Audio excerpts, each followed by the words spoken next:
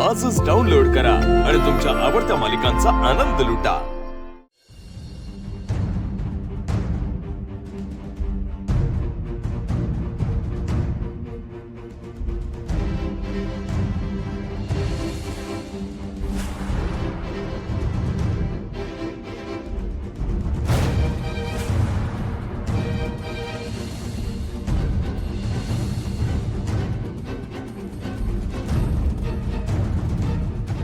मामा हे व्रत नक्की पूर्ण होईल। आपली फारू तिच्या गळ्यात आदित्य बाबांच्या नावाचं मंगळसूत्र घातलंय।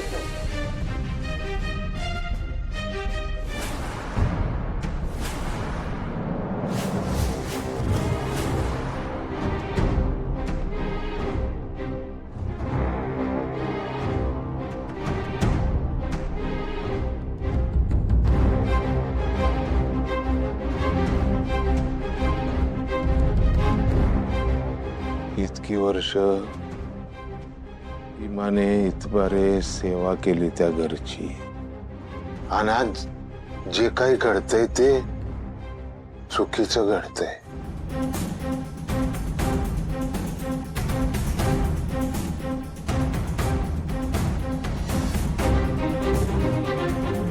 लाख वेळाला सांगितलं पारूला, तर ती तिची पायरी विसरली। जमीन सोडून आभाळाला हात टेकवायला गेली। सांगितलं मी तिला, आपली जागा देवाच्या पायाशी आहे, देवाच्या शेजारी नाही। नेमकं हेच विसरली।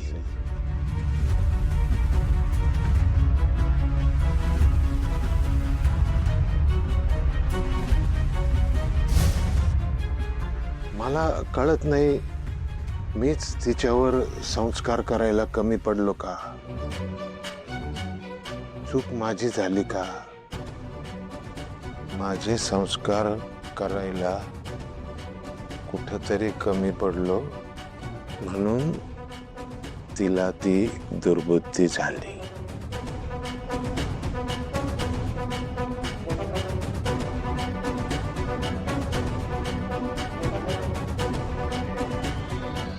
हिचा बाप म्हणायची सुद्धा लाज वाटते मला।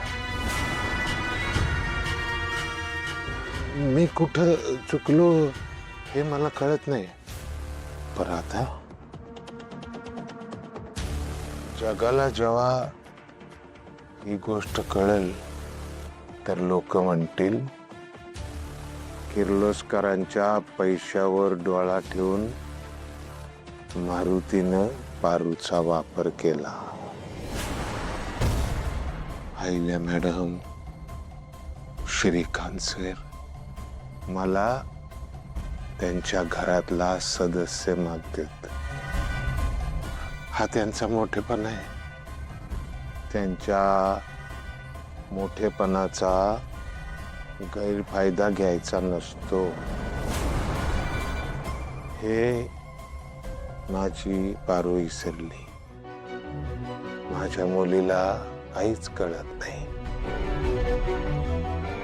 तिला लाख वेळेला समजून सांगितलं की बाई, की आपल्या ओंजळीत समुद्र येत नाही, मावत नाही, पण नेमकी ती आपली पायरी विसरली आणि नको ती चूक करून बसली। जेव्हा जगाला हे कळलं, तेव्हा सर्व जग माझ्या तोंडात शेण घालल, माझ्याकडे बोट दाखवतील, नाही नाही ते बोलतील। मला ते सहन होणार नाही। आईला मॅडम ज्या नजरेनं माझ्याकडे बघतील, ती नजर मला झेपल का? त्यांच्या नजरेचा सामना करायची ताकद माझ्याकडे नाही. पर हे समज व्हायच्या आधीच मी माझा गळा कापून अहिल्या मॅडमच्या पायावर ठेवीन. आणि गरज पडली तर पारूचा बी गळा चिरून त्यांच्या पायाशी ठेवल. मी माझ्या इमानावर डाग लागू देणार नाही.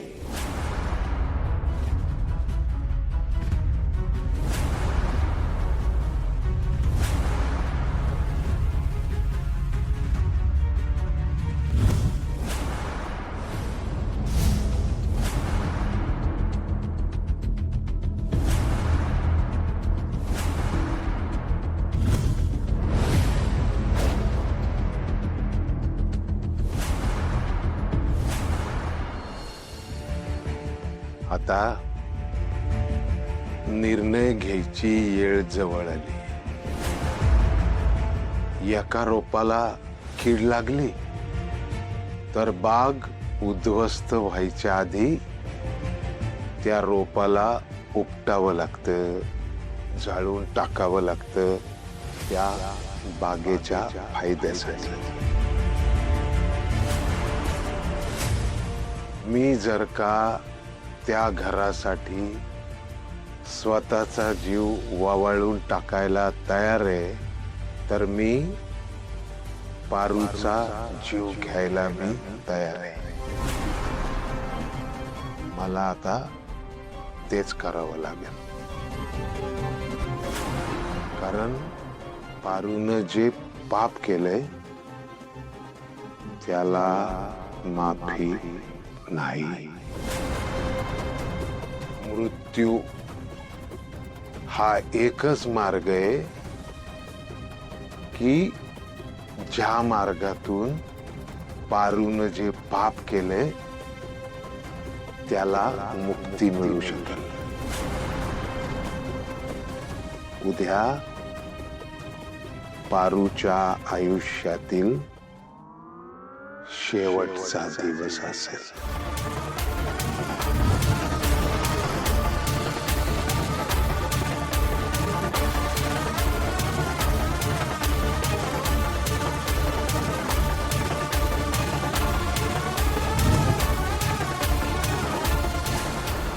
बा असं का वागतोय?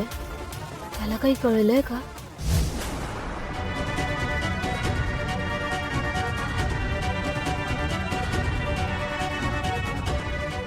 मला माफ कर सुमन. मी तुझ्या पोरीला नाही सांभाळू शकलो.